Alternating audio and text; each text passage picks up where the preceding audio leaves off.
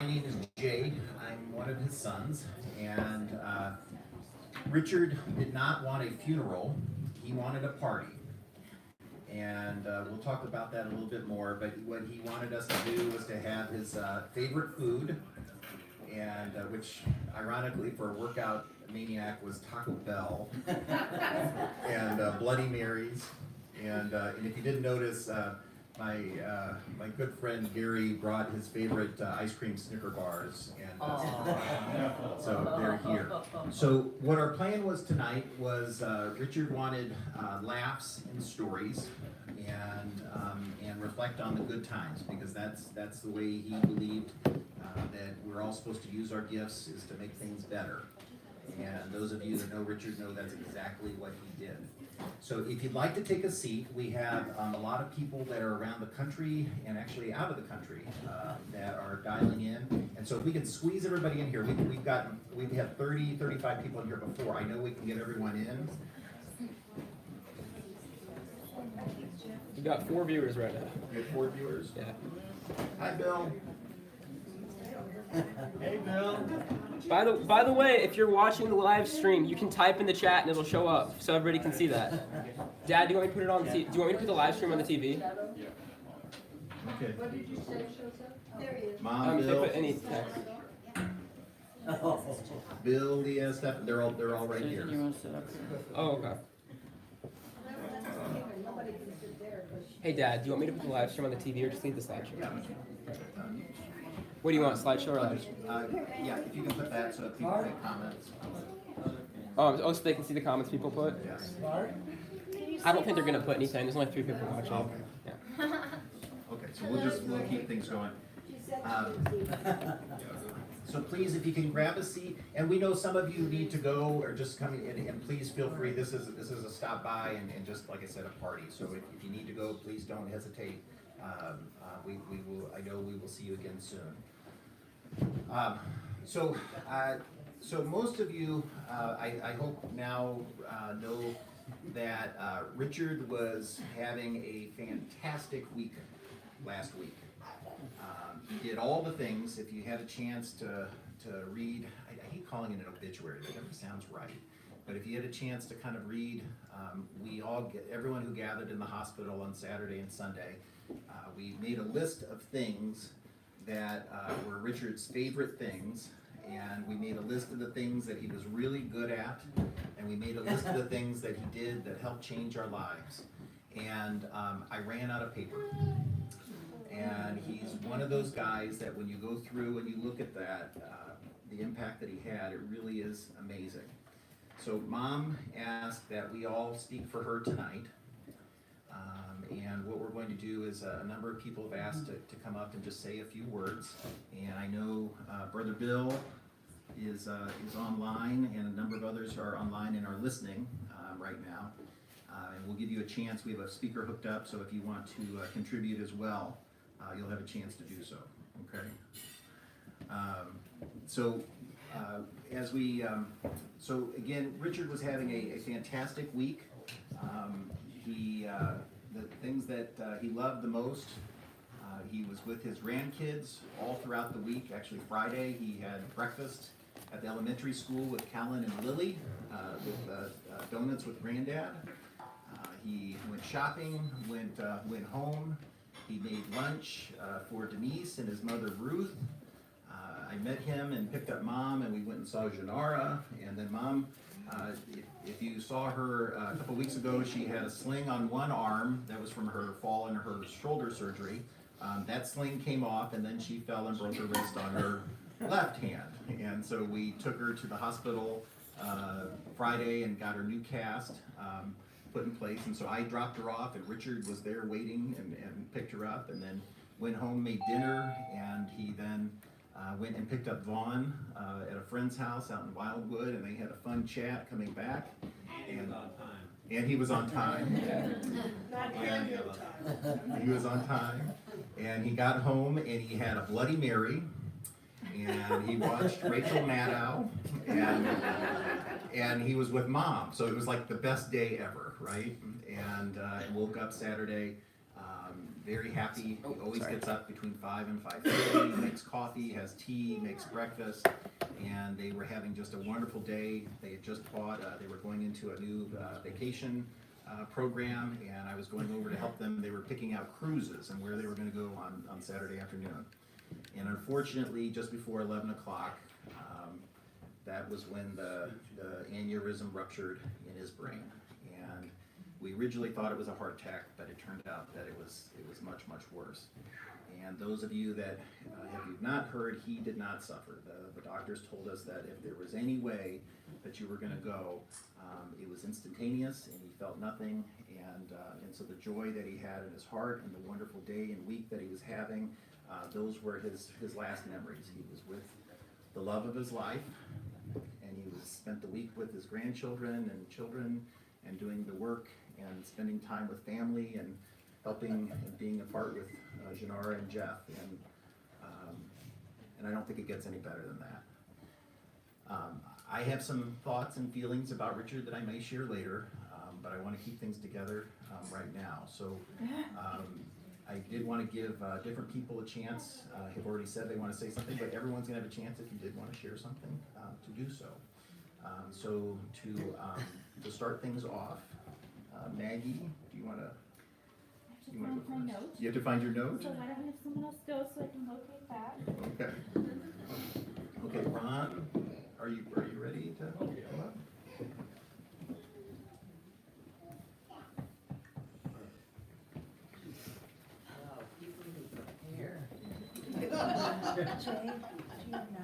Mine's all off the cuff. I met Richard back in '79, the new husband of his sister-in-law, soon to be sister-in-law at that point. So I've seen a happy kind of guy, just like this guy. Always got a twinkle in his eye, always nice, generous. You had a pretty good husband, I tell you. You had 2 tries, and then you found the good one. That's the right order. Like everyone, I didn't want to see him go, but I enjoyed what I got. So I could start crying too, but I won't, because I don't think he would want me to. He would want me to remember the good Richard, the happy Richard, the father, and the grandfather, and all those things that we remember. The good neighbour. Thank you for the neighbours coming, and the guy that was ready to help. You helped him a lot. I'm talking to Jeff. Well, I helped him a lot, yes. Yes, but he worked We hard. worked together a lot. Yeah, he didn't want to stop. He wanted to get the job done, whatever it was. And so Until 4 o'clock when he had his Bloody Mary. that's what was made He by had his JP. priorities. all raise our called Bloody Bloody Marys. Well, one, yes. So it's Bloody after Mary. 4. Let's have a Bloody Mary or whatever. I'd like to drink to Richard. To Richard. Richard. Richard.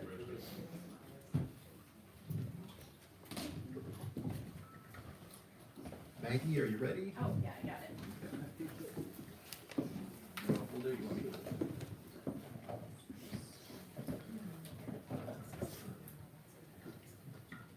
Well, hello everyone. I'm Maggie. I'm Richard's niece. Thank you to everyone that is here. The love and support filling this room is absolutely amazing.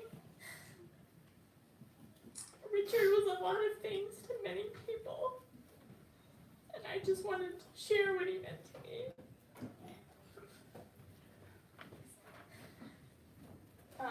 Besides being the official scarer of my young children, at one point of me when I was little, I think there was that. Uncle Richard was a constant light in our family. He could fill a room with such positive energy, humor, and warmth. I always loved seeing him once I grew older, of course, and I wasn't so scared of him. At Christmas time and on my birthday, he would always get me a special piece of clothing. Sometimes I loved them, and sometimes I was kind of like, well, what were you thinking? But one year when I was around 15, he got me a pair of bell-bottom jeans with a belt made of suede tassels. And he rest assured me they were quality, as he himself had tried them on. And I think we can all imagine that image with Richard in a pair of size 5 junior girls bell-bottom pants.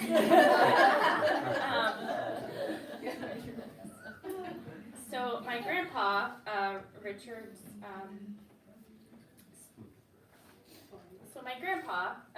he passed away when I was 13, and I didn't get the chance to say goodbye to him at that time when he was in the hospital. I think it was around this time that I warmed up to Richard. I can still hear him saying, "Hi, Maggie," in that special way he did, and you know, of course, his laugh. He had a very distinct, fantastic laugh. It was almost a giggle that you wouldn't expect from a 72-year-old man. He looked just like my grandpa in a lot of ways, and they had the same sense of humor. It made me feel like I still had a piece of my grandpa right here in the flesh.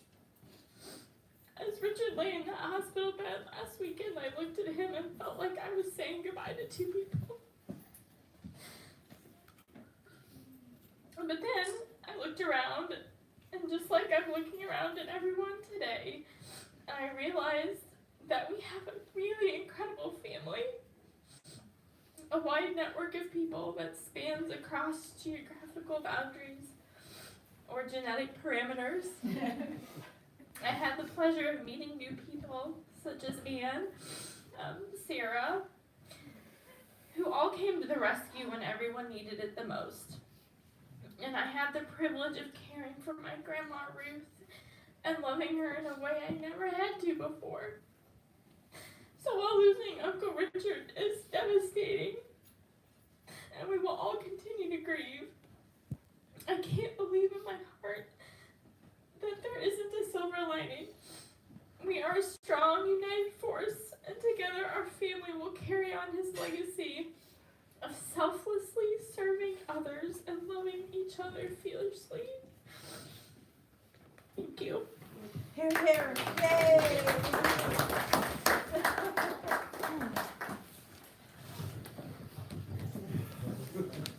Remember, it's a party.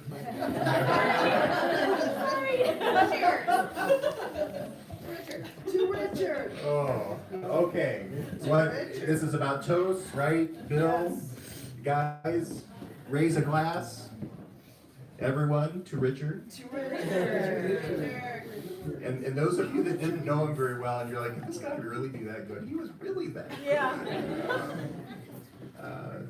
And then we'll hear more about that. Okay, next, Susan, would you like to go? So this is Susan Woodcock. What? Oh,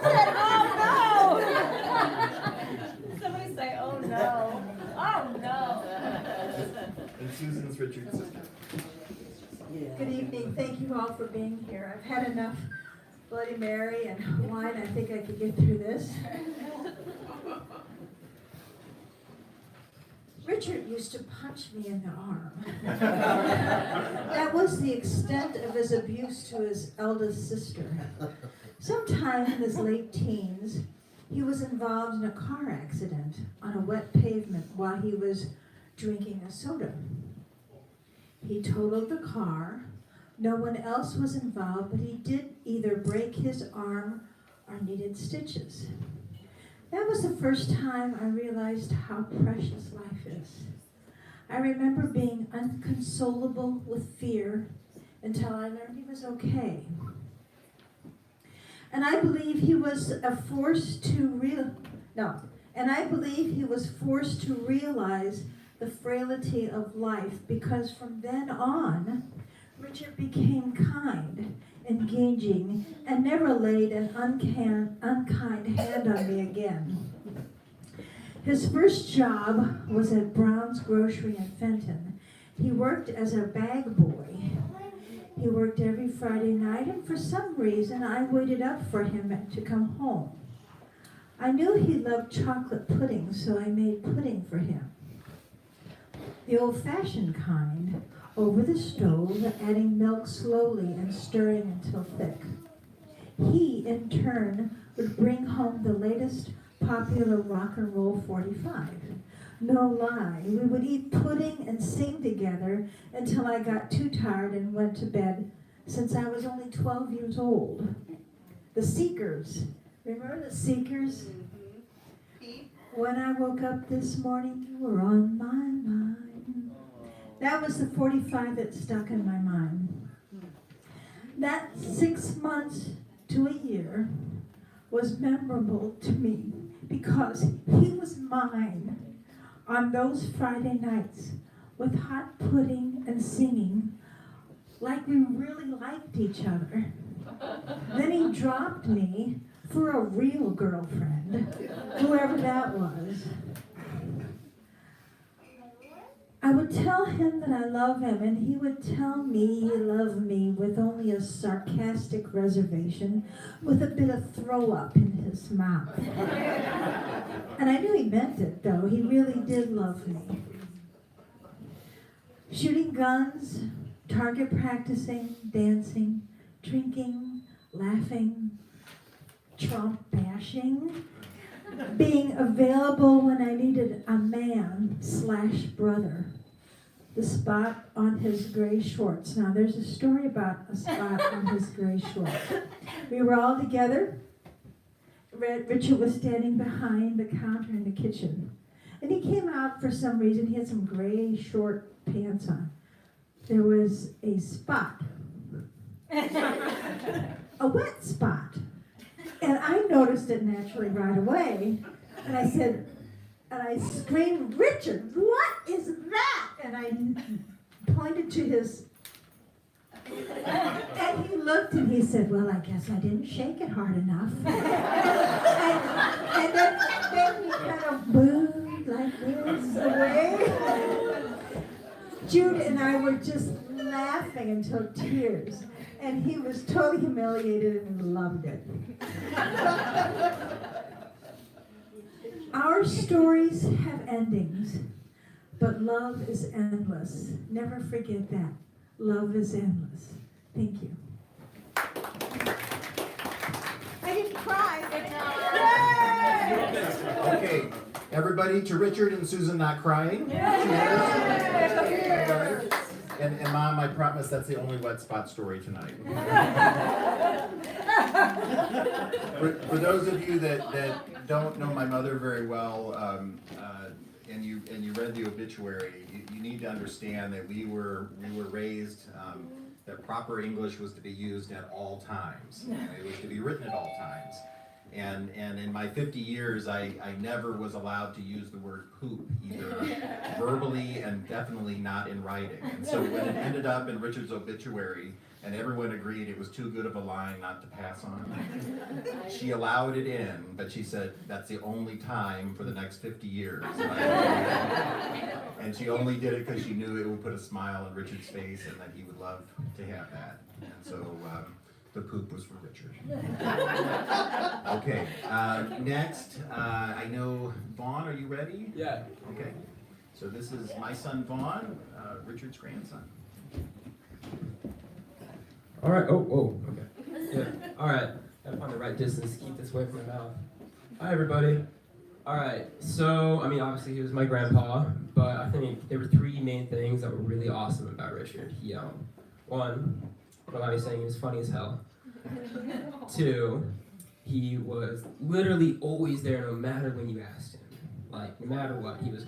I'll be there. You call him, I'll be there. He dropped everything for anybody in the family. And two, even though he wouldn't always say it, he loved everybody really, really dearly.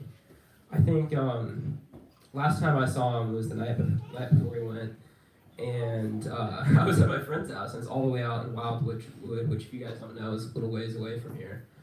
And I said, hey, my mom and dad are at dinner. Can you come pick me up? And I half expected maybe he couldn't because it was a bit of a ways away. I was like, nope, I'll be right there. And I got to talk to him on the way home, and I think that's probably one of the most memorable memories of my life because I got to talk to him last time. And even though when I got to tell him I love you, he wouldn't say it back. He wasn't very good at that. No, but you always knew he meant it because he'd always be right there for you. And just those little things that he always made so important. Being there for you, or as if you guys read the obituary, every single birthday and Christmas, he would hunt and hunt and hunt just to find the perfect gift for every person. And then wrap it like it was from the 1700s. But no, yeah, and just his effort he put into every little thing he ever did. Every job, every relationship, every family member, he was always there. And I think that's probably what I'm going to remember most about him. And also his willingness to make anybody laugh, even with that wet spot story. I remember I would laugh for hours and hours and hours when he told me about this country named Djibouti, and I was 8, and I thought it was the funniest thing that had ever been said. Oh my gosh. I should have gotten a Netflix comedy special. But I just like that I got to say I love you one last time, and that was really great, because it still doesn't seem real. But as long as everybody remembers him as the guy who loved everybody no matter what, and was always there for you, I think that's what's the most important. Thank you.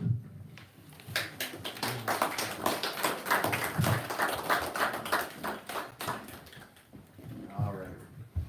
Now, Vaughn, as we were talking, and I said, what do you think you'll be able to brag about your grandfather about? And he said, well, I may be one of the only 15-year-olds that did intensive workouts all summer long with my granddad.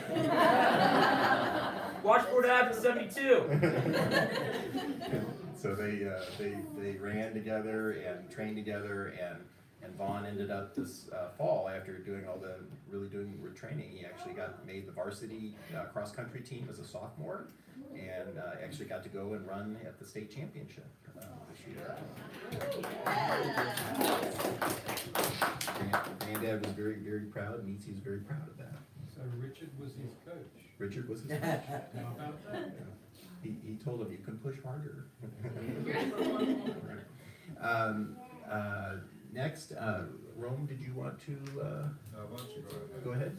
Okay. Landra, would you like to go next? Okay. This is my cousin Landra. They flew in from San Francisco. I know it's hard to know which way to go.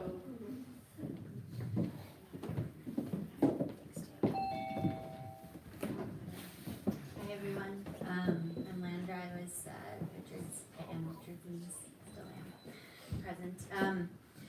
Richard was a great guy. I'm gonna miss him a lot, as we all are.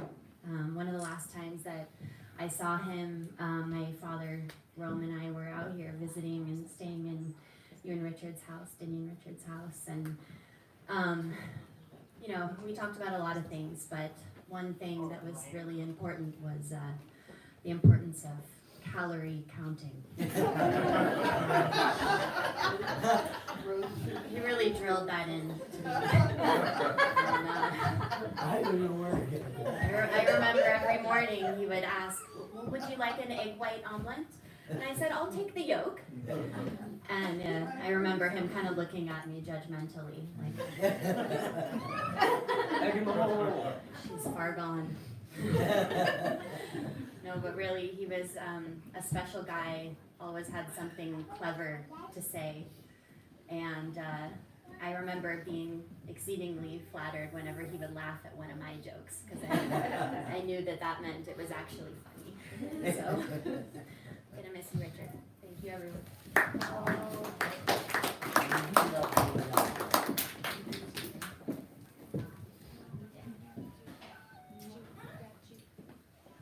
Okay, Jude, ready?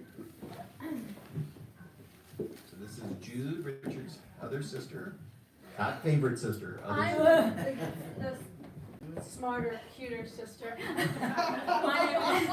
your dreams. My name is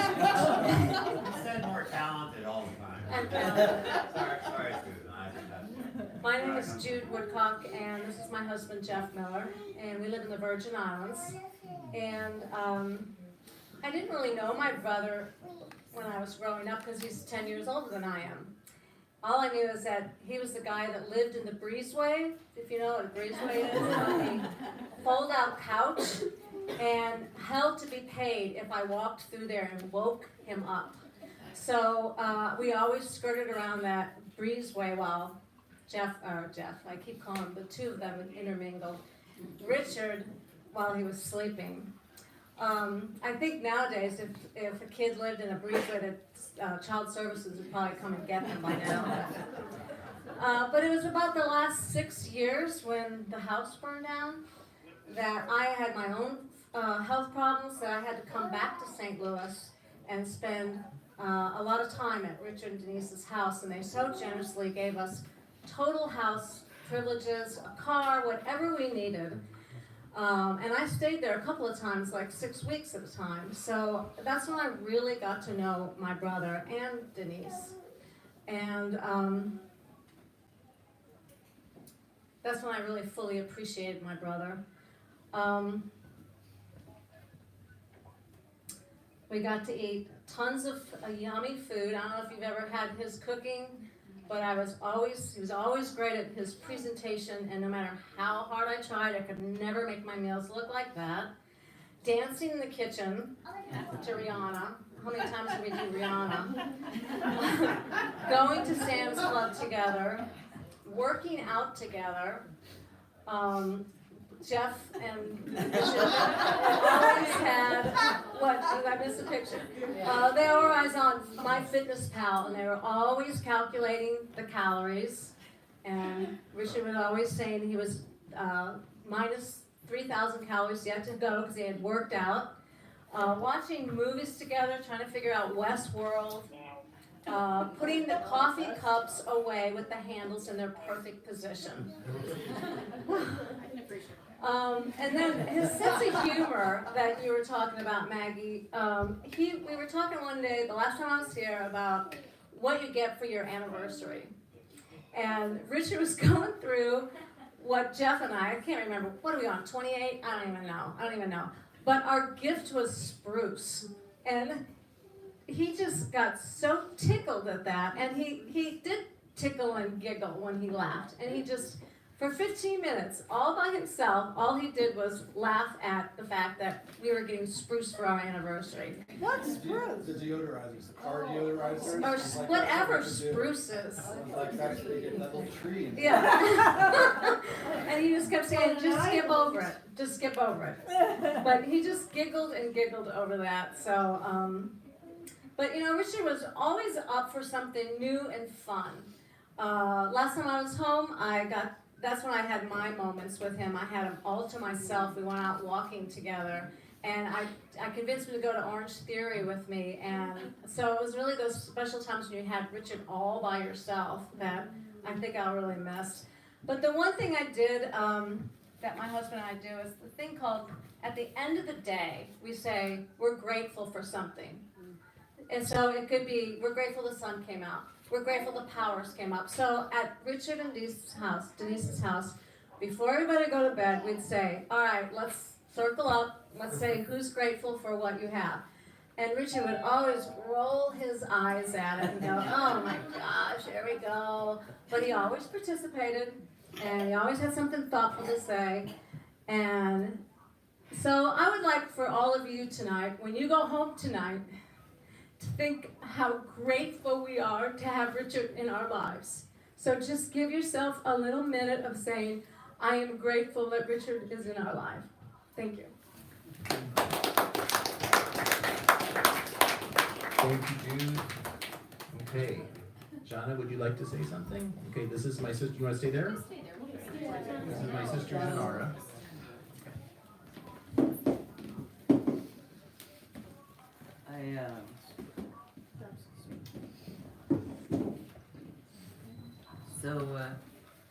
I'm Janara,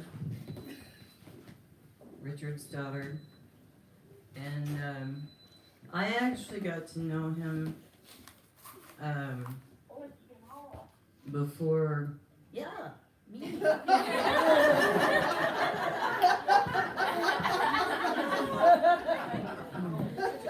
before a lot of, I mean, way back in the beginning when he and Mom first met. And he was a different guy then, actually. You know, he, well, first of all, he didn't eat salads. Or broccoli or most vegetables. He was just a meat and potato kind of guy. And we got him over that hump. And as I think it was Jude who said, you know, what a great cook he became, and he really did become a great cook. But I think he did that because of Jeff. You know, he called Jeff, my husband Jeff, Sonny, and Jeff called him Daddy. Big dick.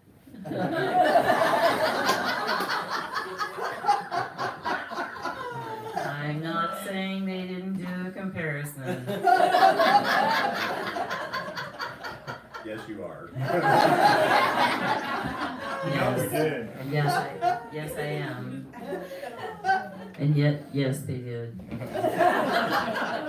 But We had our pissing contest. I remember several things. One, you know, he taught me photography, and he taught me business, and he taught me so many different things.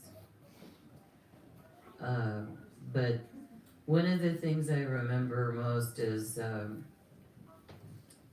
we were at the studio, and we were either dropping him off or he was saying goodbye, or I don't know what exactly, but he, Mom turned on the car and the lights came up, and Richard was walking in front of the car and he went,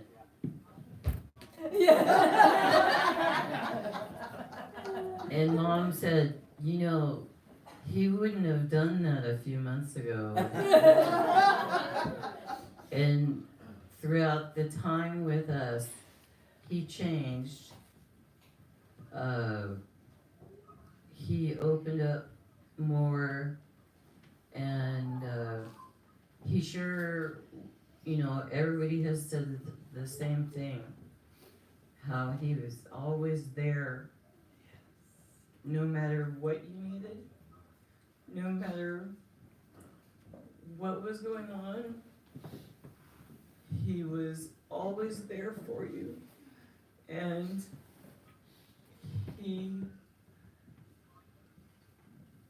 this morning my internet went out, and the first thing I thought was, oh, I better call Richard and ask him how to get this fixed. And I still can't accept the fact that he's not going to be there for me. I mean, for any of us, but I care about me most. So,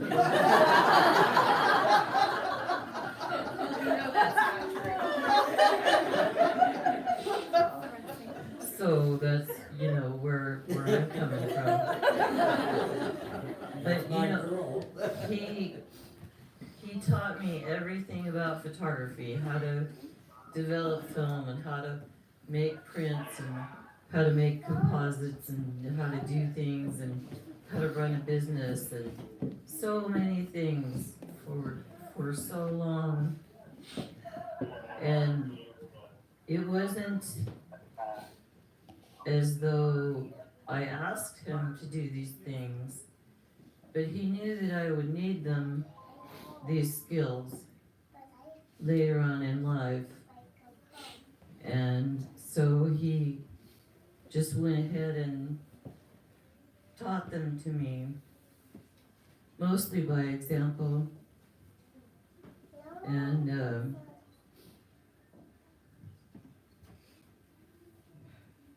And I think about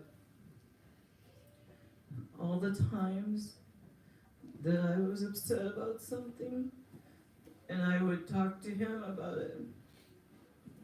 And he was always there for me. He was always there for me. At every moment. There was never a time when he said, I don't have time or I can't make it. He was there. And it's true, he was a funny guy. Funny ha-ha and kind of funny weird. But mostly funny ha-ha. And he was a bottom pincher. But I think he learned that from Mom. And you know, when he would come over and he, like I said, he absolutely adored his time with Jeff. And it was like he wanted to be Jeff, not be Jeff, but when Jeff quit smoking, Richard quit smoking. When Jeff grew a beard, Richard grew a beard. When Jeff started a construction company, Richard started a construction company. And I'm like, seriously? But it made me very happy that they got along so well. They would go out shooting together and have a great time. They loved to talk guns and do all that. And I just can't believe that he's gone. I can't accept it. I know I'll have to. But right now, I keep waking up and thinking he's there. And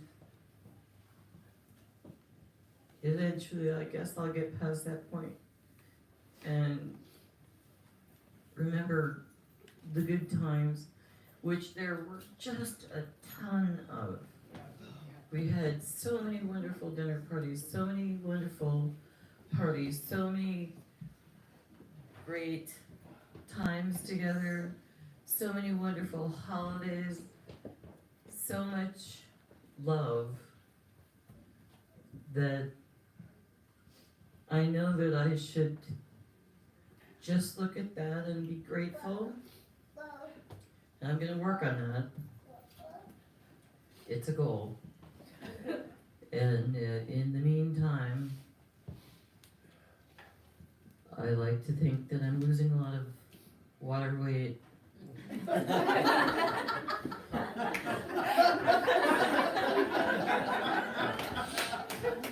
So,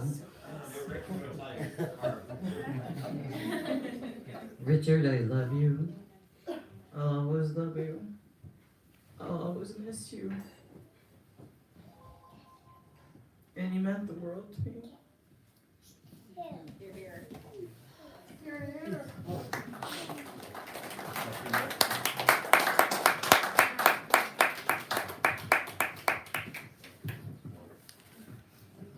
Thank you, Jana. Okay, Rome, did you want to say a few words, or? I'm crying over here. You're crying? Maybe later. Okay, Bart? No? Jeff. Jeff? Jeff. Sure. Good evening. I got to know Richard through Jude the past couple of years really well on our trips up, and I have to share this without the calorie counting thing. I feel partially to blame for using the app that we started together we would be on daily streaks and try and outdo each other to see who could record their He calories was the at most. over 1,100 days He solid was on his a- phone in the hospital. He was 11. I got the message from his app that Oh, you on did, Friday okay. he completed his diary and was under his under his calorie goals for the day. But I think the thing that always disturbed him the most was every week this app sends you kind of a summary of your week, and it says, you know, you had this food so many times and this many calories from this.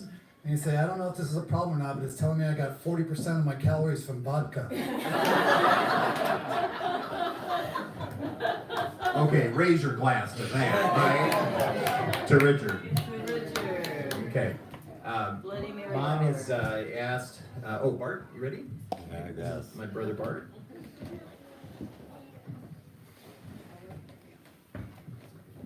I probably don't need a microphone, but I'll use it anyway. Obviously, this is a shock to everybody. We're all lucky to have Richard in our lives, especially Jay, Janara, and I, and don't want that. I'm trying not to, but it's not gonna happen. And especially Mom, and you know, it was an awkward time for all of us when we met Richard, and I'll share a little family story of Richard and my mom when they were dating. I'm just finding you now in the crowd, Mom. That we were all sitting at the dinner table one night, and Mom already knows what it is, and Janara already knows what it is, and Jay already knows what it is. So we were sitting at the dinner table, and Mom had been dating another gentleman who was a very nice guy as well. He wasn't Richard nice. Anyway, so we're sitting there eating dinner, and there's a knock on the door, and we were all expecting this other gentleman, and so we all yelled his name, and the door opened up, and it was Richard. And I, what, 6? Probably 5, 6 years old, somewhere around there. Anyway, it was just hilarious. But you know, Richard just took it right on the chin or the nose, if you want to say. There was plenty of nose there to hit with anything, and he made no quorums about it. He made fun of it himself. And what was it he said? What was it about the nose job? He was going to get his eyes done. He'd get his eyes fixed and get a nose job at the same time, and then he thought everybody would just notice he got his eyes done.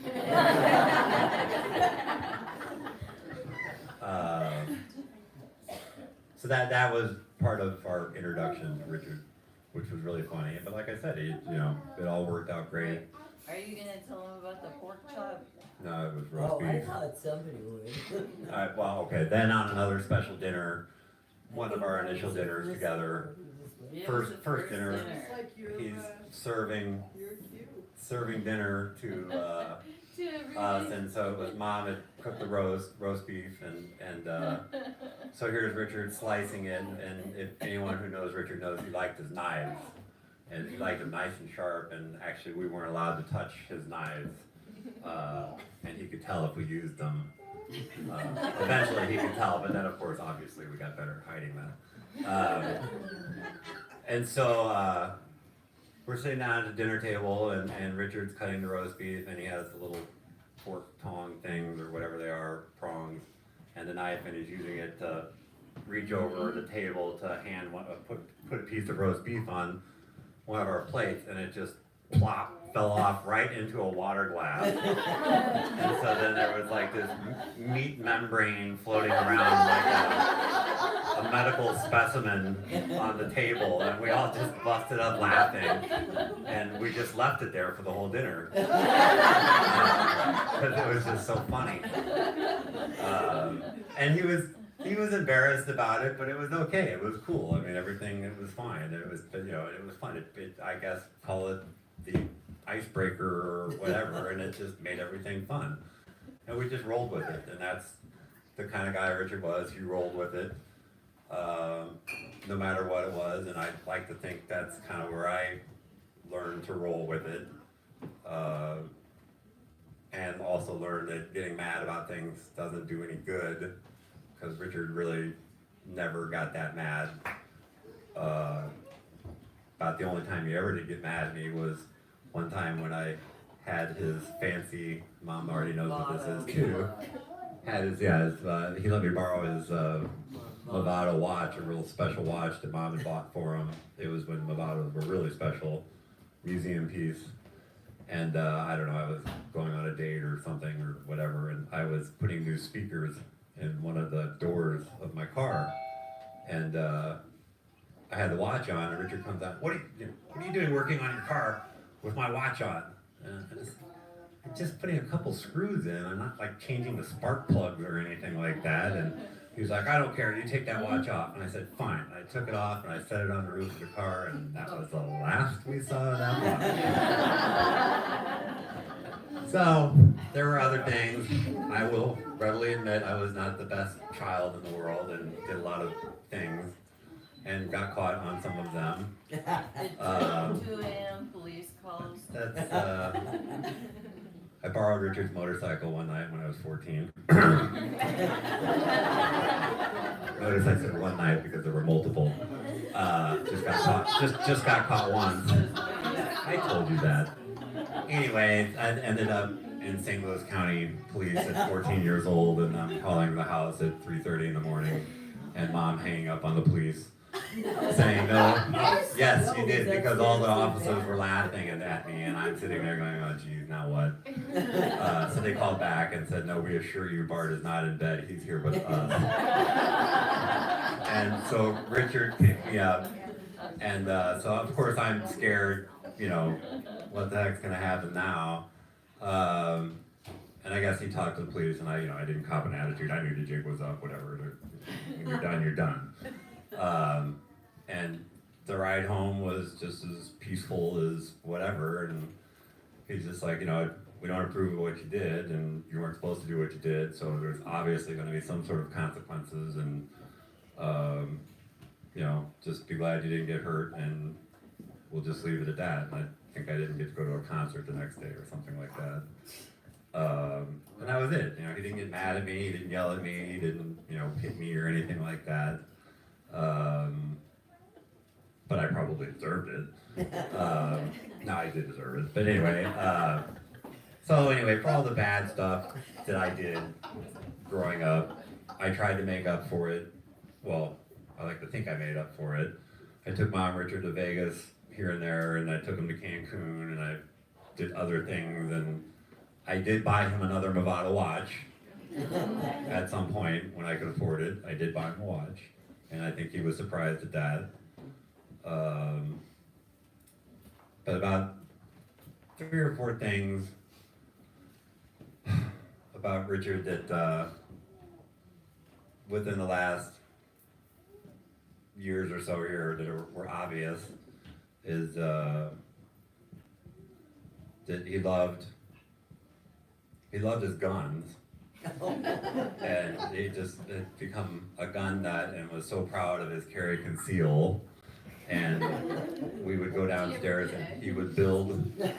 What's that? He never did it, he just had it. Well, and that's what I'm getting at now is that he built all these things, and he didn't shoot probably 90-something% of what he had. I did. He would build them and show them to me, and I'm just like, well, let's go shoot it. He's like, well, I don't have time. Well, where am I going to go? And I'm just like, well, I got a place we can go, whatever, and right behind Chesterfield Mall. No,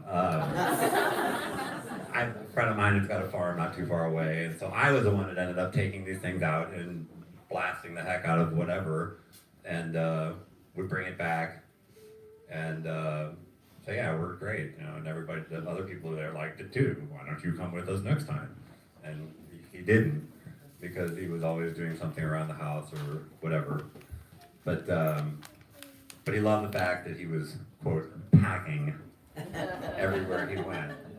And with events that happened here in St. Louis just this last week, had Richard been there, Richard would have stopped to him. Because that's the kind of guy he was. He loved his guns and he loved his family. most of all, or he loved Mom. You know, we're talking about a photographer from the 70s with models flowing through the door left and right, and Naked. he picked. Well, they were. He picked our mom, and then by picking her, he picked us, and you know, he made everything special all the time as much as he could. I mean, 1982 Christmas, those who were there will remember the big gift. I know you probably remember if people even know what ATCs are, the three-wheeled motorcycles that came out. It was the first year they came out, which they have since been banned by the federal government for being too dangerous. And I just saw one down in the Florida Keys about, 2 years ago when I sent you that picture?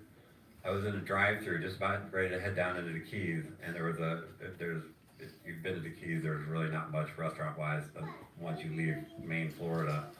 So we're grabbing something to eat, and the guy in the drive-thru in front of us actually had ATC 110, which is exactly what Richard bought us on Christmas in 1982.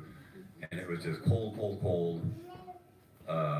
weather, but that didn't stop us from taking him out and running him around in the parking lot of the studio, which was a pretty big parking lot, you know, semis, tractor trailers, anything could move around in there, and there was snow on the ground, so it was great. And we take him home, tried to take him home, and the car broke or something or other, and so Richard ended up riding our brand new three-wheelers from 270 in Ladue to Ladue and Green Trails, which is probably about 6 miles, and it was probably about 10 degrees outside.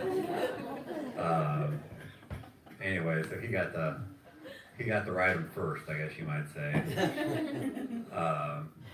But special stuff like that, and then those of you who remember the van that he built was his ideal thing. We made so many trips from that to California and back, and this and whatever, and then Mom and Richard had plenty of time driving all over the United States and all their time together, which left me home alone to do bad things, more bad things, that some they found out about, some they didn't, which I made up for. I made that clear, right? Anyway, Friday morning was goodies for grandparents at my children's school, and I called them up and I said, hey, you know, can you make it? I said, why don't you just go by yourself, since Mom's wrist is messed up and whatever. I said, why, you know, just go by yourself. It'll be just you and the kids, my children, Callan and Lily. And he went, and perfect timing. He met them there, and there's a couple of pictures on the table there, and you know, who would know those are the last pictures of Richard. But he wouldn't have it any other way. He loved his grandchildren. He loved me and Jay and Janara, and most of all, he loved his sisters and his mom and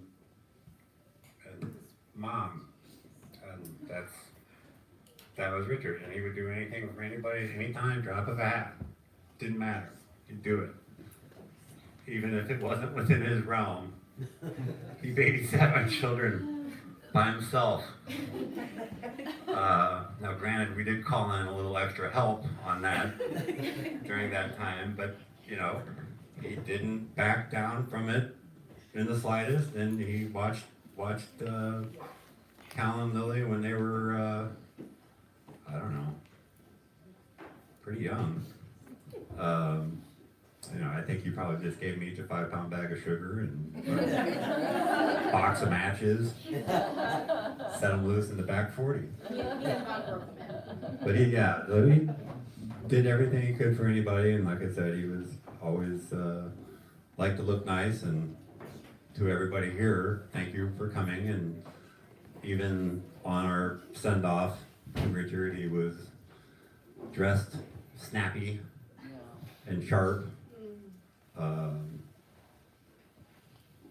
And that's, you know, not only was he,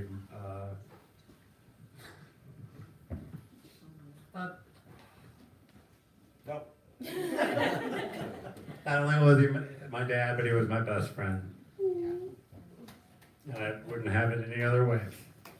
Thank you.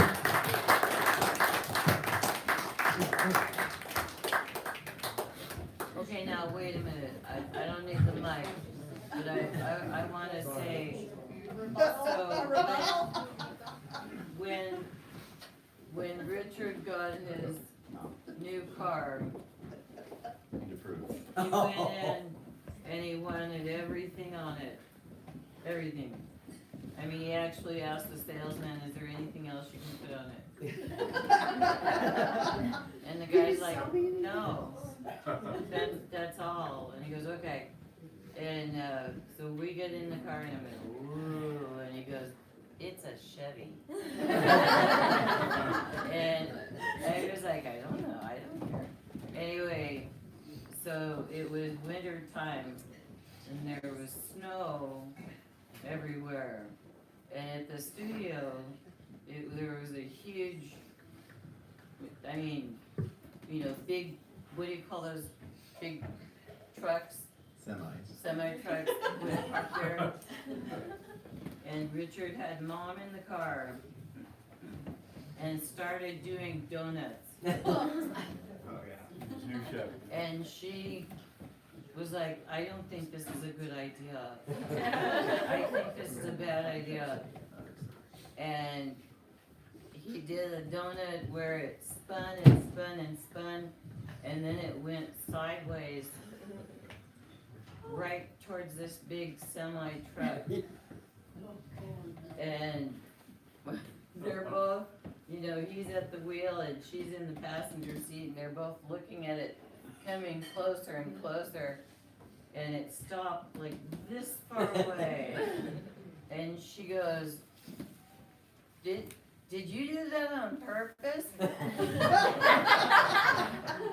And he said, you didn't hear me say, oh shit.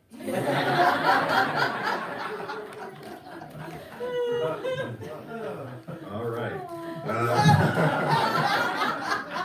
I did? You all can't see my mother's face, but like remember the proper grammar and the proper and the stories that are never to be told. One night, Mom, one night. Mia would like to say something. I know everybody in California, I'll read some of your comments that you're sharing here in just a minute. Mia, would you like to say something about Granddad? Oh, Mia. Yeah. Alright, okay, I'm gonna figure out where there we go. Okay, so I've been extremely lucky on the grandparent front. I have gotten to know a full 4 grandparents, and I've technically had more than that. You did. But I got to know the important ones. And Granddad meant a lot to me. He was, Jana and my dad weren't the only ones that he taught photography to. I remember him being extremely disappointed because I was learning photography on a digital camera and not a film camera. It didn't stop him though from critiquing everything I did. But hey, I got an A in the class. He would do anything for anyone, whether that was pick Vaughn and I up at 1 in the morning from a Boy Scout retreat at the airport, or from a youth retreat at 3:30 in the morning because the youth pastor got lost. That happened a few times. But he also, so I was the first grandchild, and I got to pick the names. I don't know why I chose Nisi and Brandon, but I did. And I'm really glad I did, because grandpa doesn't really fit for Granddad. He was different. I remember learning that not everyone's grandfather ran around with them or did roller coasters with them. That they would climb trees with them. I think we got him stuck in a tree. It may have happened. But he was always there, and he was there for every adventure that Vaughn and I could dream up. He helped me learn how to ride a bike. He taught me how to drive. He was there when I have my dad's old Volvo, and the electronics on it are a bit spotty. And it starts flashing at me as I'm driving down the highway from picking up my brother from school that I have no oil in the tank and I need to pull over immediately. I'm 16, this was about a year ago. I had just gotten my license in July, and I'm freaking out. And they're both out of town. So I called Granddad, and he goes, okay, well, you're on the highway, pull off, get to the house, we'll check it. Get to the house, there was nothing wrong with the car. I had oil in the tank, it was fine. Sure enough, though, he just to be safe, he put more oil in, he took me to the place so that they could do the checkup and make sure everything was right, but he was there, and I'm just crying, bawling, thinking I'm gonna explode, my first car, that was my dad, killing my brother and I, and destroying this car that has all of my schoolwork in it, which seemed like the most important thing at the time, of course, but he would really stop and do anything. And earlier this year, I was informed that I all of a sudden had to come up with a game for my school carnival because I run one of our clubs. I run two of our clubs, but this is the one I had to come up with the game for. And I didn't know what to do. This was probably about 4 or 5 days before the carnival, and I had absolutely no idea of what to do. Our one idea was to do a bone toss because we're a medical club. Well, that gets shut down because 3 other clubs are doing ring toss. Okay, fine. What are we gonna do? I get on Amazon and I start scrolling and I find these stress balls that are shaped like different organs. And I'm thinking, okay, what can we do? What can we do? What is medical everyone knows? So I come up with this big operation game where there's different holes cut out and you have to throw the organs through the holes. It was gruesome, but it worked, and I got brownie points at the school, and it was great. But that Friday night before the carnival, and I had to be at school at like 7:30 on a Saturday morning. I will never do that ever again. We're talking AM. Yes. I told my granddad the night before at 9:30 at night with a giant piece of plywood in the back of my mother's minivan, which I had borrowed, and called him and said, hey, can you help me cut this giant piece of plywood into the right size? I just wanted a rectangle, and I was going to paint the operation dude on there, which, by the way, he has a name. His name is Sam Orifices. So, found that one out. Oh, yeah. So I drive over there. Something every day. And I have this little projector that hooks up to my phone, and we're like fidgeting with the cord, which has a short net, and the projector, and my iPad, and this giant piece of plywood, which is bigger than me, trying to figure out how to trace this thing on there, just so we can figure out how to cut it to the right triangles. And we get it all traced out. And he finally goes, do you just want to cut the whole dude out? I'm like, what do you mean? He goes, we'll cut the whole silhouette out. It will look cooler, you'll have less to paint, and then we can just cut the circles out in the center, and it's going to be a lot less work for you. I'm like, yeah, but it's like 9:30 at night. It's really late. I got to be up early in the morning. Let's just cut it. And he goes, no. We're going to cut this out. Okay. So we drag it outside. We drag out all the tools. I'm like cutting out. I'm finding like bowls in the kitchen that are big enough to fit these like stress balls through, tracing the circles on there. And he's cutting it out. And it just ends up looking amazing. We're loading it up in the car, and he goes, oh, darn, I screwed it up. I was like, what? What did you do? He's like, I cut off the thumb. He was all distressed and worried that he ruined my whole school project because he cut off the thumb of this 6 foot, and yes, he is 6 foot, stand-up plywood operation dude. Which he didn't. It worked great. Yes, with one thumb. He lives in my office. Yes, no, he lives in my mother's office at the school. And I was like, don't worry about it. He has like 4 holes in him. One of them is his brain. He has bigger things to worry about than missing the thumb. And he really did. He would drop anything to cut out a giant person or to come pick us up. Or when I emailed him my photos at 9:30 or 10:30 at night because they were due the next day and I had forgotten the deadline again, to make sure I had the lighting right and to make sure I had everything. And right before, or it was earlier this week, I had this giant canvas sitting in there. And it was for my AP Studio Art class, and I had my first show. It's opening soon. And it was the biggest piece I'd ever done ever. And he's standing there looking at this was barely even a concept at the time. I was like, oh, this is really cool. This is really, really good. It made me feel a lot better because my art teacher wasn't sure about it. I wasn't sure about it. I didn't know where I was going with this. But my grandfather, who could do anything in my eyes, goes, it's cool. You've got this. It made me feel a lot better.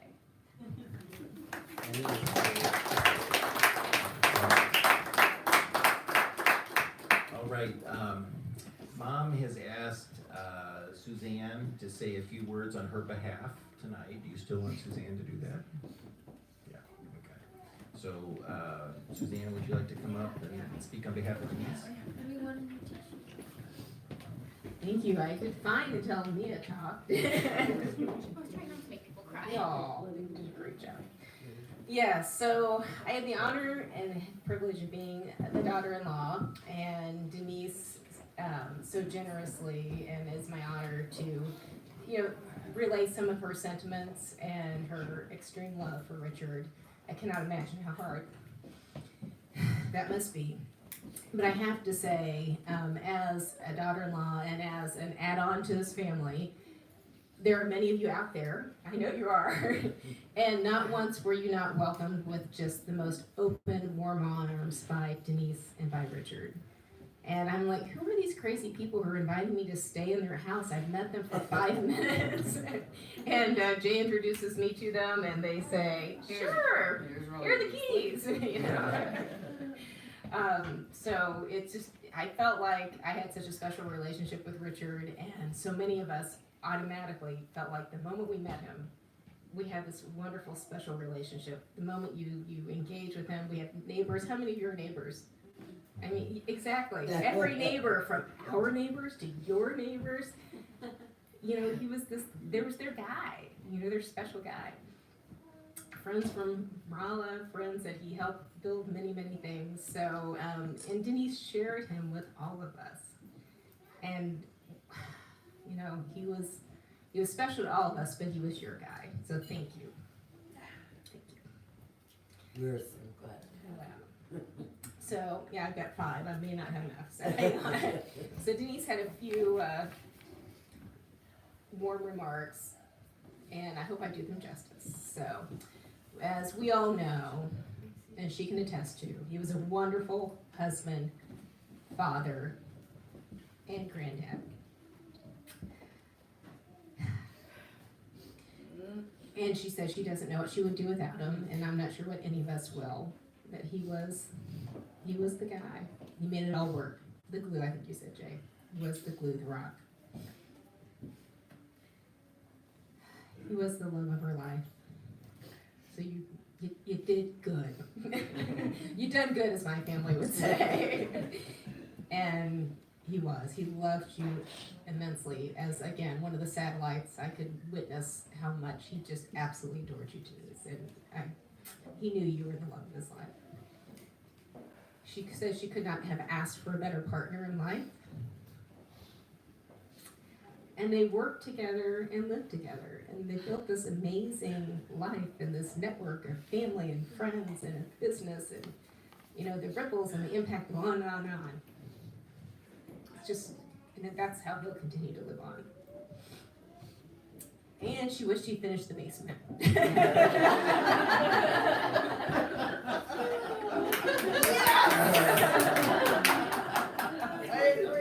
And whoever finishes it will never live up to Richard, will he? Or she. I beg your pardon. I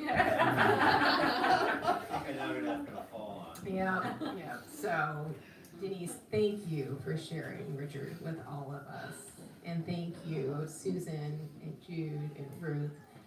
You all, you gave us such a gift as the extras, as the add-ons, as the all the people you called family who we were not anywhere near blood relatives, but we never knew any differently. So thank you to Richard. And I'm out of wine, so cheers. Cheers. All right, I don't know if we actually give cheers to all the projects that he didn't finish that you wanted. But Not until they're done. if you think of everything that he did, it was just amazing. Was there anyone else that wanted, we have a couple comments here from California, from Kendall, just simply saying, it's beautiful to see everyone and great to hear these stories. Patty Klinkenbeard in New York City says they wish they were here, but it's so nice to be streamed. I think they were actually at the 9/11 memorial and watching from there. And Brother Bill, did you want to try to say something?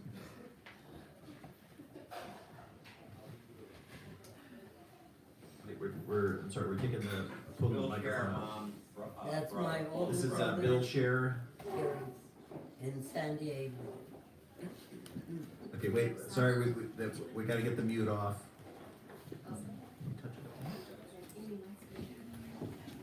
Okay, Bill, I think we can hear you. Oh, we got 13 people watching. Wait a minute, we gotta turn the volume up just a little bit. Oh, wait, sorry. Oh, all these guys are talking about Richard. Okay, Yeah. Bill, are you It's talking? it's on YouTube, so it gets ads. Is it not working? We can't hear you. Is that on? Here, I'll turn on the speaker. Oh, you turn the speaker off. It might be off. It times out. You have to hold on the power button. I'm holding it. Oh, okay. There we go. Okay, Bill, can you try one more time?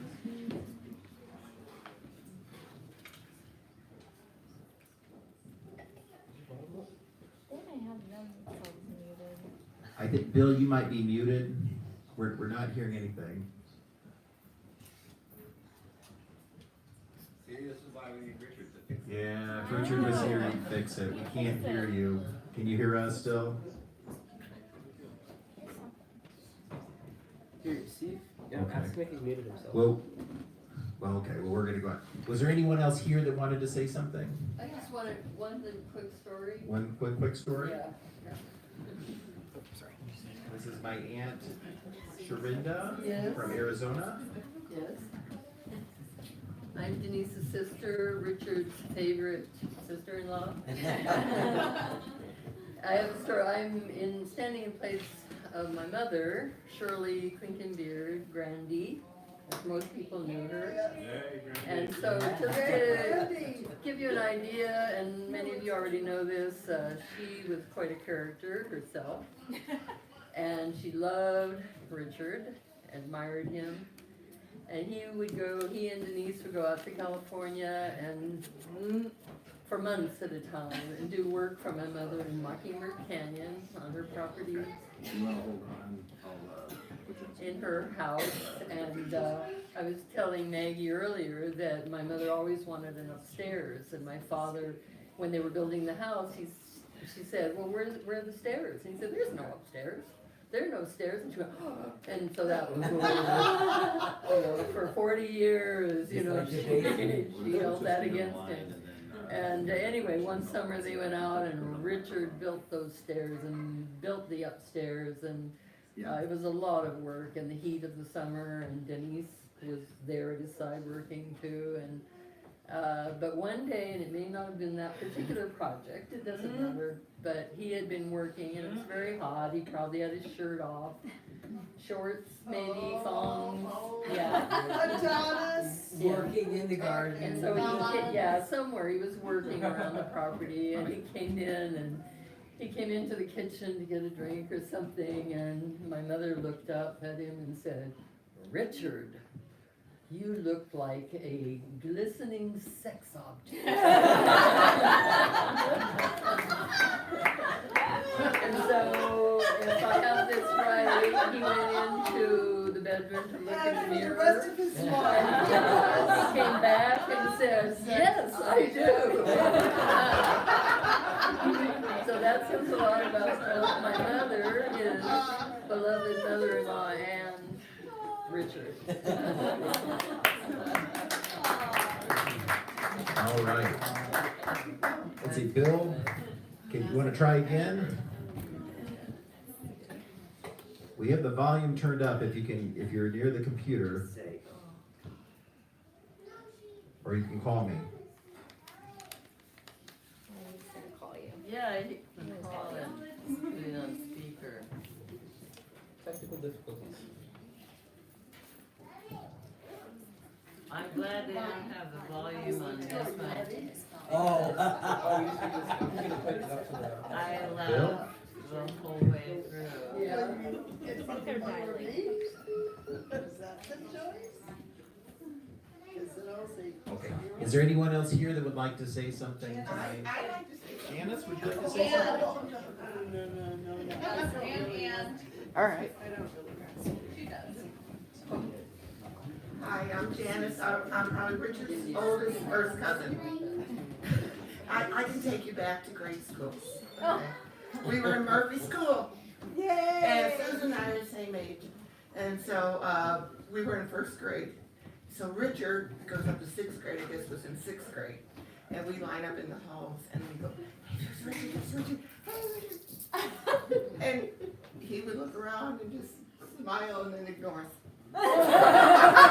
You didn't want no first graders ever. And then at Ridge Lane, where they lived for so many years, I remember playing in the basement, Monopoly, all the time. Richard would always win and then laugh, you know. So later on in life, you realize that the banker always wins. Well, we didn't know that. We didn't understand. But he had fun playing. And then we'd be running outside, and it'd be dark, and he'd be running around the trees with a flashlight, and all of a sudden around the tree, he'd hold it up to him to scare us.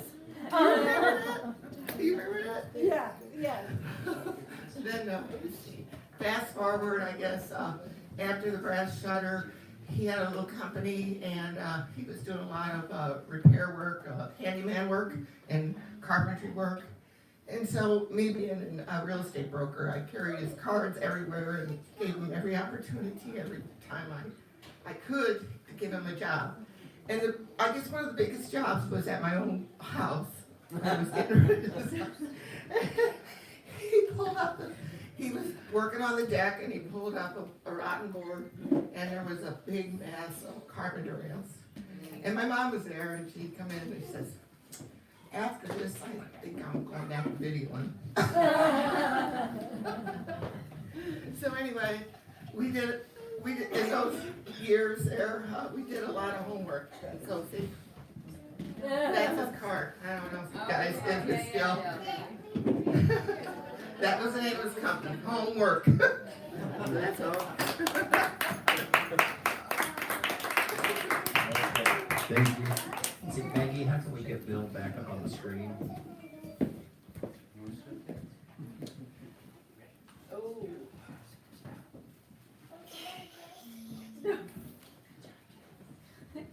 Okay, Bill, you're on the screen.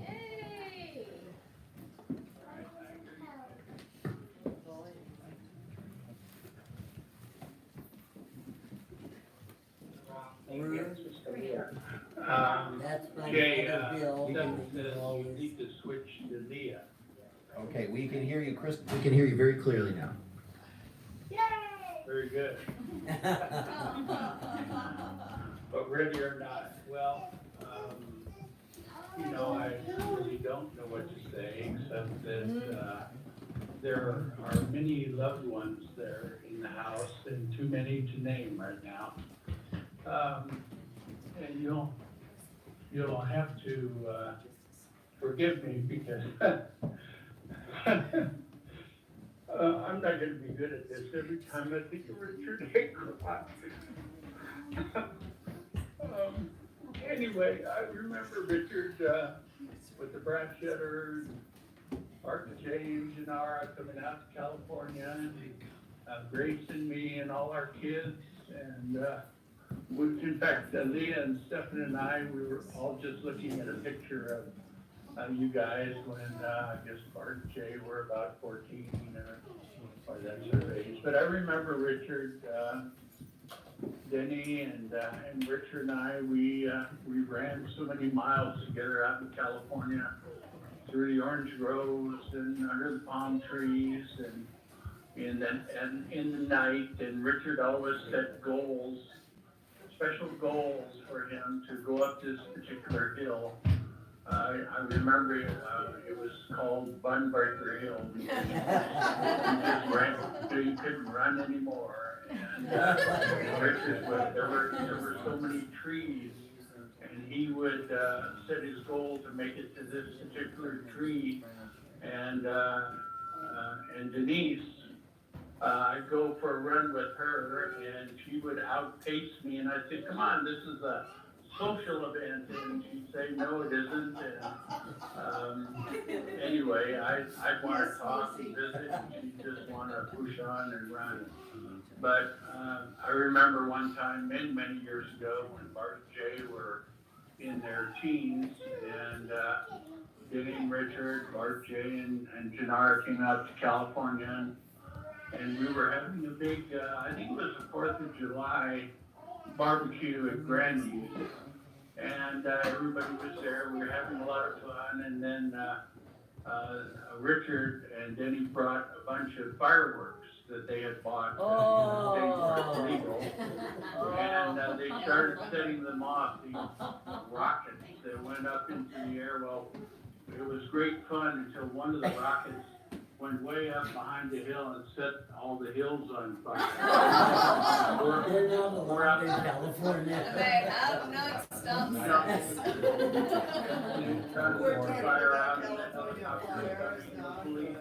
And the fire was coming, and I remember after everything was all over, walking through a canyon in the dark, and coming back and finding out that everything was okay because they blamed it on Mark and Jay.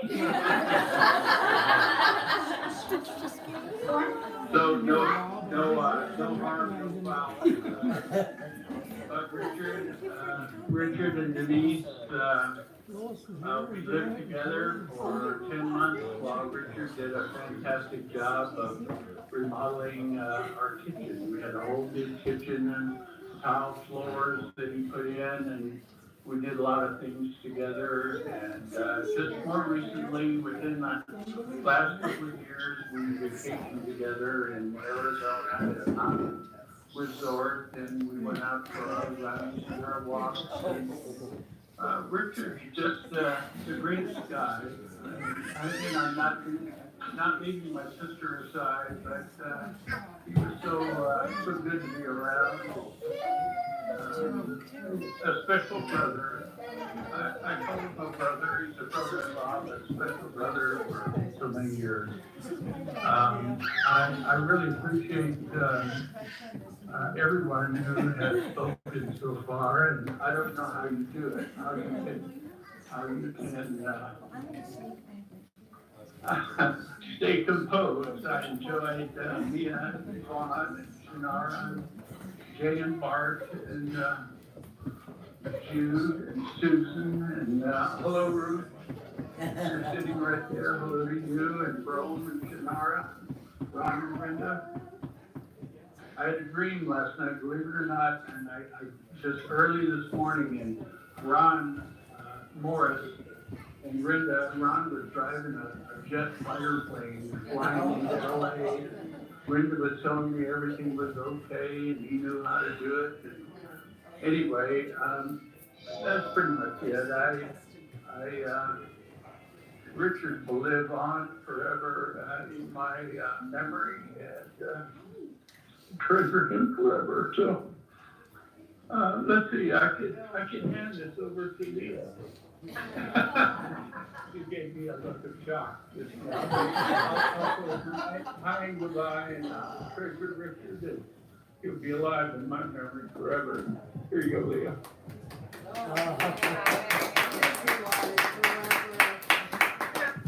All here, I think Evan and I and the boys we were so fortunate to just be back there a couple weeks ago and spend time with everybody, Janara and Richard and Denny, and you know, I've said this in a bunch of texts already, but I mean, Richard and I were just doing push-ups in his gym a couple weeks ago, which is insane. And Jude, you'll be happy to know that he was bragging about about his time with you going to Orange Theory and how well he got through, and it was just so impressive. So, I mean, this is all come as such a shock, and I mean, the warmth and love that I feel just in reminiscing about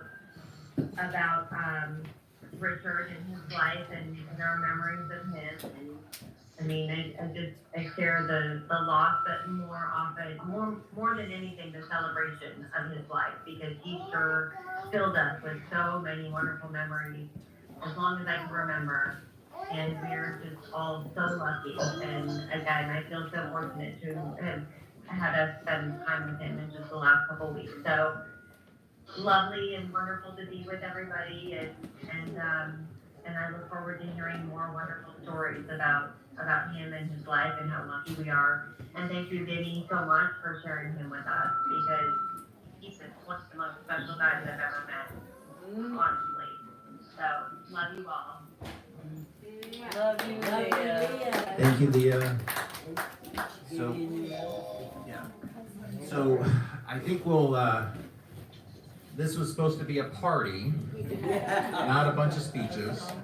Mom, last night, we finished Thanksgiving dinner, and I said, okay, let's talk about tomorrow and who's gonna talk, and she said, I don't know if there'll be much to say.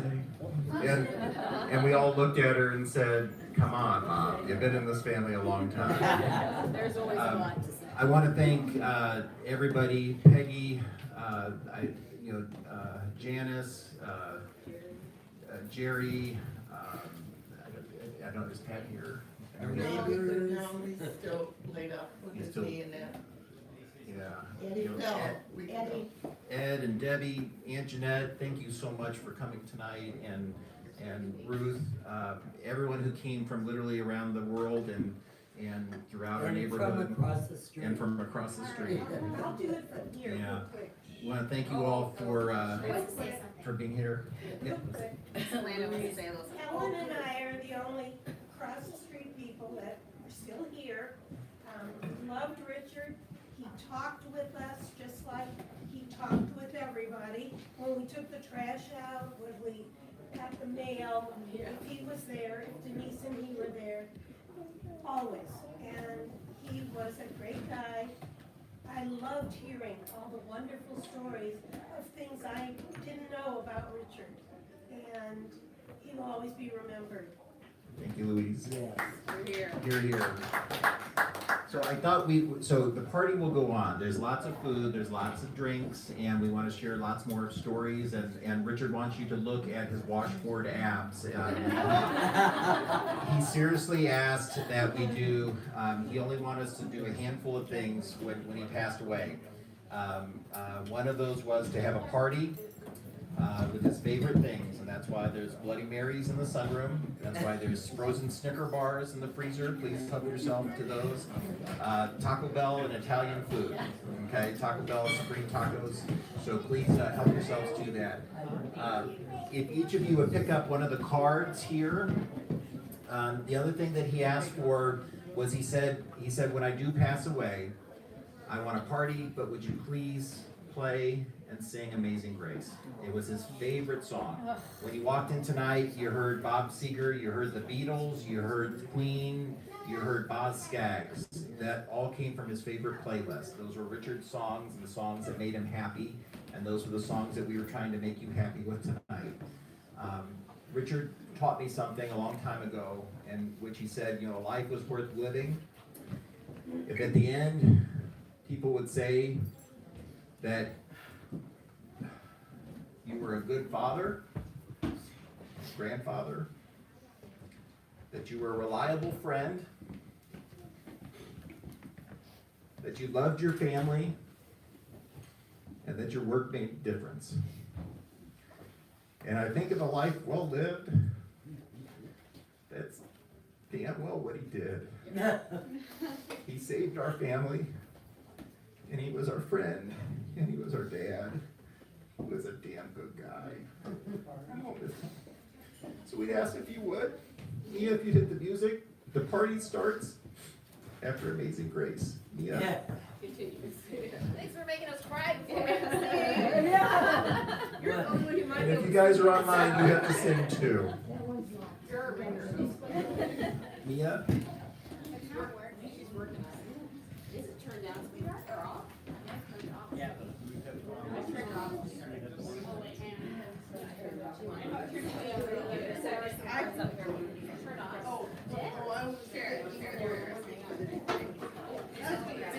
Great, darling. Did everybody get a card? One second.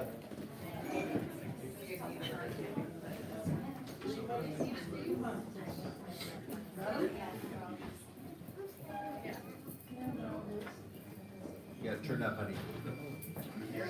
No. Oh, no, here. One second. Don't start, yeah, you go here.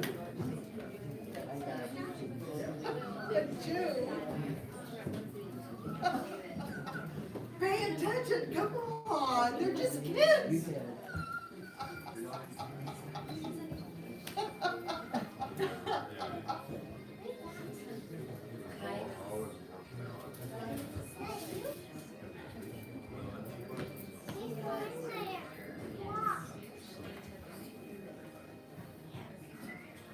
Let's just start singing. All right.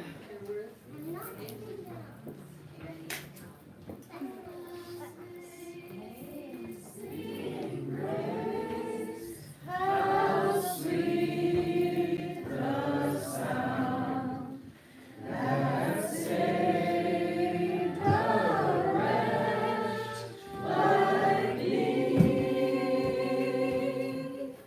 I once was lost, but now I'm found. Was blind, but now I see.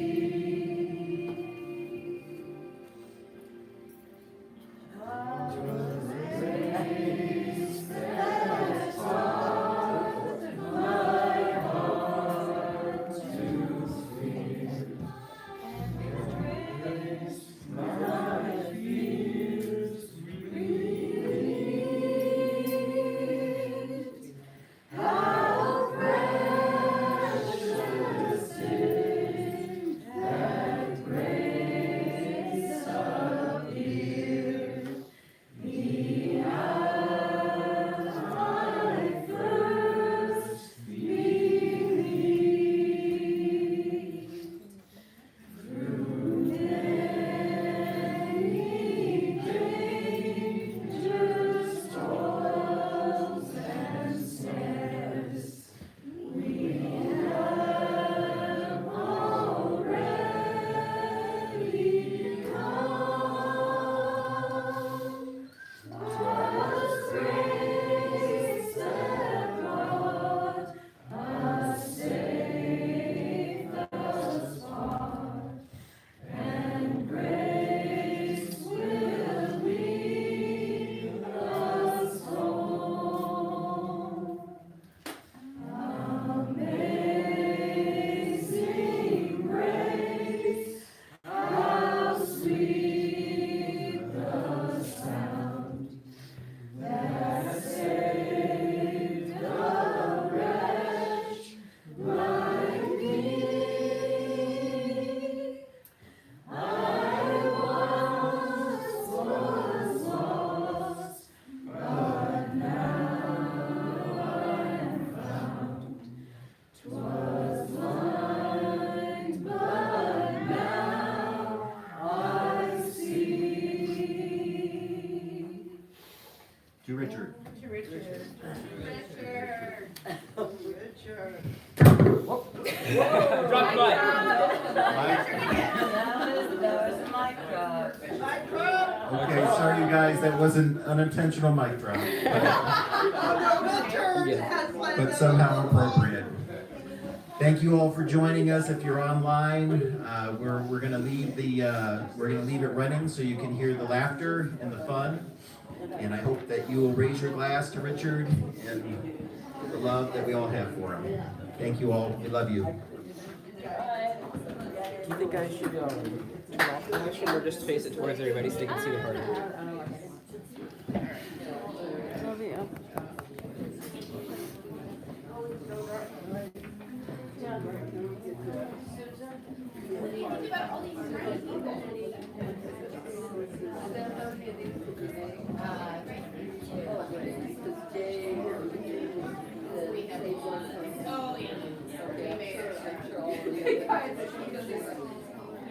cup of coffee, right? And I say yes, this might get some.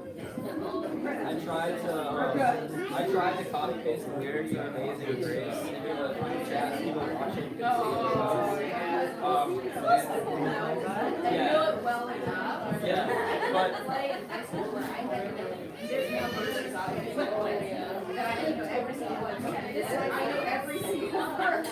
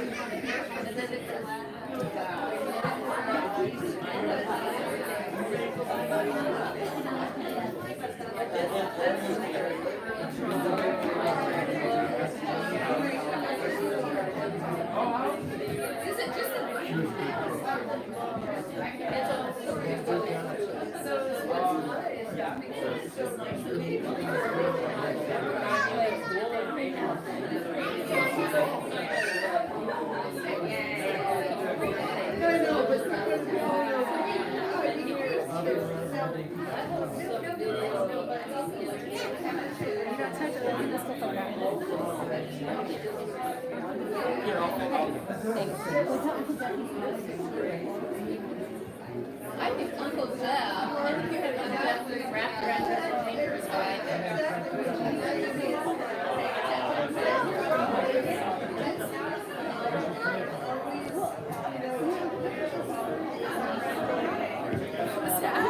They brought the snack.